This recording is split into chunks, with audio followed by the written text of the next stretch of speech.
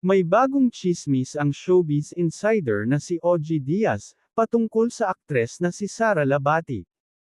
Ayon kay OG, spotted na may kasamang lalaki si Sara sa isang restaurant sa Hong Kong.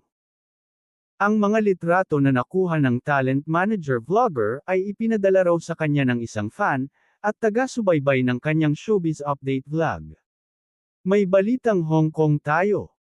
May nagpasa lang ng mga litrato sakin, kasi may kababayan tayo doon na sobrang avid fan, at viewer nitong ating showbiz update, panimula niya sa latest YouTube video kasama si Mama Loy. Kwento niya, nakasabay daw niya sa restaurant sa Hong Kong si Sara Labati. Nasa kabilang table si Sara at may kasamang lalaki si Sara.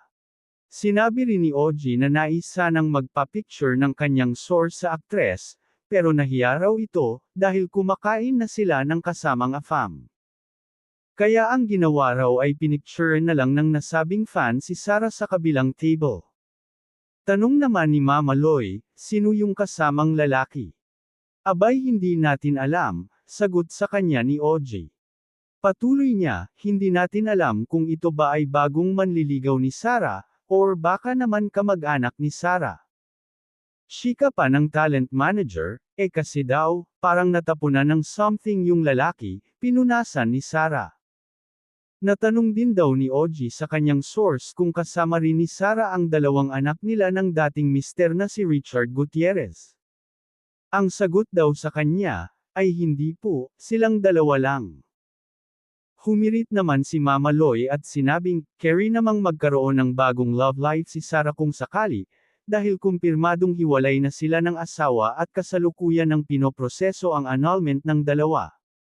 Sumang-ayon si OG sa sinabi ng kanyang kasama at sabay sabing, pero hintayin pa rin natin kasi mahirap na. Ayan na naman tayo, magmamaadera tayo, mangunguna na naman tayo. Hintayin natin. Malay mo, may sasabihin si Sara sa pictures na yan, giit ng vlogger. Anyway, tahimik naman na yung dalawang kampo, ani ni OG. Pagsabat naman ni Mama Loy, yes. Ang importante, happy na silang dalawa kahit hindi na silang magkasama. At syempre, yung kanilang co-parenting sa kanilang mga anak, tugon naman ni OG.